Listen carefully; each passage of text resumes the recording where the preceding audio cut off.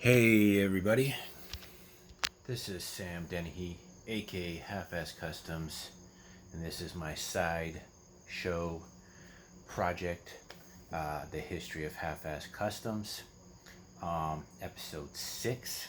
Wow. Today we're going to talk about two projects I built a little while ago, show you what they are, tell you all about them, and you'll recognize them as soon as you see them. They're some of my most famous builds, and I believe my most detailed builds I've ever built. So without further ado, let's check it out. So first off, we got this green metal flake truck. This truck was built for a contest on the 187 scale vehicles group. It was like a build-off challenge, and it's a 1960 Ford made by Classic Metal Works. And let me tell you what I did. So basically, I took the stock body. I started with the hood. I cut the hood off and I threw it away because I didn't need it. Then we cut the doors open, and then I cut the bed floor out. I dumped the stock frame and built a custom frame. So we've got a custom frame, custom bed floor, a custom cab floor, custom cab firewall, and pretty neat engine bay.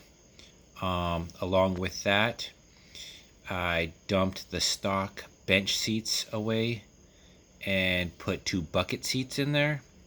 Then I put a photo etched steering wheel with the photo etched shifter from Pit Stop 87 in there, and changed out the wheels. So the rear wheels are like probably a 28-inch wheel, with the front wheels being probably like a 26, or could be the same size rim. The engine is a big old blower 454 engine. It's set up with an air ride system. Not that you can see that. Custom gas cap. So it's a gold green metal flake on the bottom, and then if you get to the roof, it's a just a forest green metal flake on top. And then if we pick it up, you can see the custom frame I built for it. And then the door panels even have custom inserts for the door panels, as you can see. And the floor pan and the firewall, it's kind of like a diamond cut, sort of.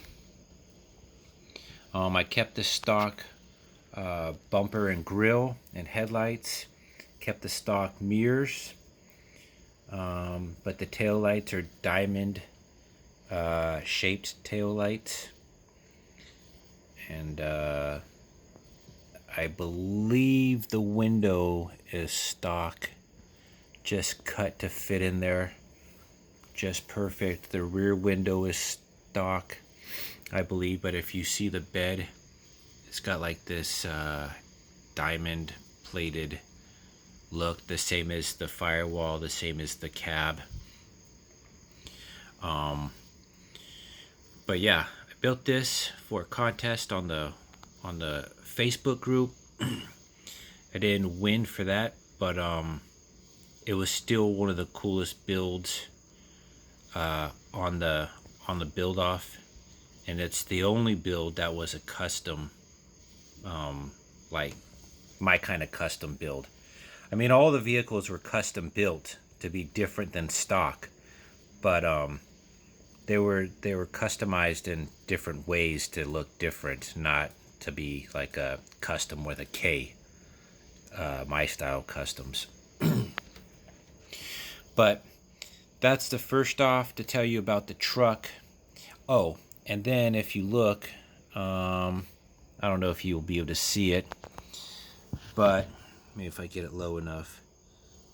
The truck, strangely enough, believe it or not, isn't even sitting on the floor. It's sitting so close to the floor that you can't tell unless you had some kind of, I don't know, magnifying glass or something, but it's not actually sitting on the floor.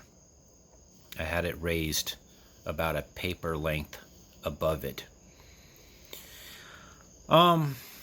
With that being said, all the chrome for the window trim, grill, bumper, and I think that might be it, is all by the Melatoff chrome pin. And then the engine is from, shoot, I don't even know where this engine from. It's just from a parts box. Yeah, but that's this 1960 green metal flake custom Ford pickup. Now let's get on to this next car. This next car is a fully customized 1964 Impala named Loco 64. This is based on a real lowrider car that was built in Southern California out of the same car, 1964 Impala. And the person that built it completely radicalized the whole build. And as you see how I built it, that's I did a really crappy job in building it from the original version. But the original version looks a lot like this. So it's got the front end clip tilted up. The hood tilts up reverse or like normal. The trunk has a suicide trunk. The doors open up suicide. It's got an LS engine with a custom interior, custom seats, custom dash, custom steering wheel. And if you look in the trunk, it's full of batteries with battery cables. In the back window are the hydraulic pumps, all like a tuck and, not a tuck and roll, but like a diamond tuck interior, the best I could mimic that. And then underneath the hood has the same sort of material as the real car did. And it has this crazy blue swish graphic on it. The paint is a candy red metal flake that goes throughout the whole undercarriage and interior.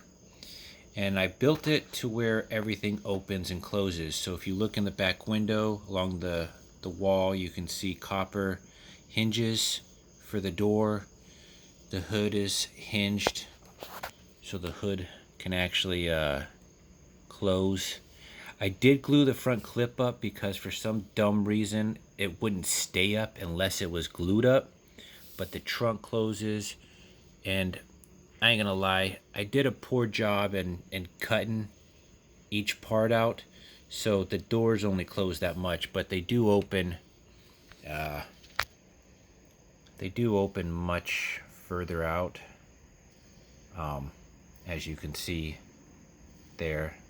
So the doors do open and close. They just unfortunately don't close completely because of my poor measurements. The wheels are Bosch, I think. Bosch wheels, spoked to mimic a lowrider wheel. I do plan on changing those in the future. It's got a custom sunroof, which the real car did as well. And it's trimmed with a gold body trim with chrome accent trims. And then the gold goes along the hood as well as the trunk. Gold pumps in the back. And if I wouldn't drop my phone, underneath the car. It's got a fully detailed undercarriage with exhaust and everything. So kind of give you a story of where everything came from. The car came from RPM 87 or 87 RPM 64 Impala. It had a original interior in it, which I couldn't use because of the severity of the detail. So I used John Tyson's undercarriage and interior bucket seat.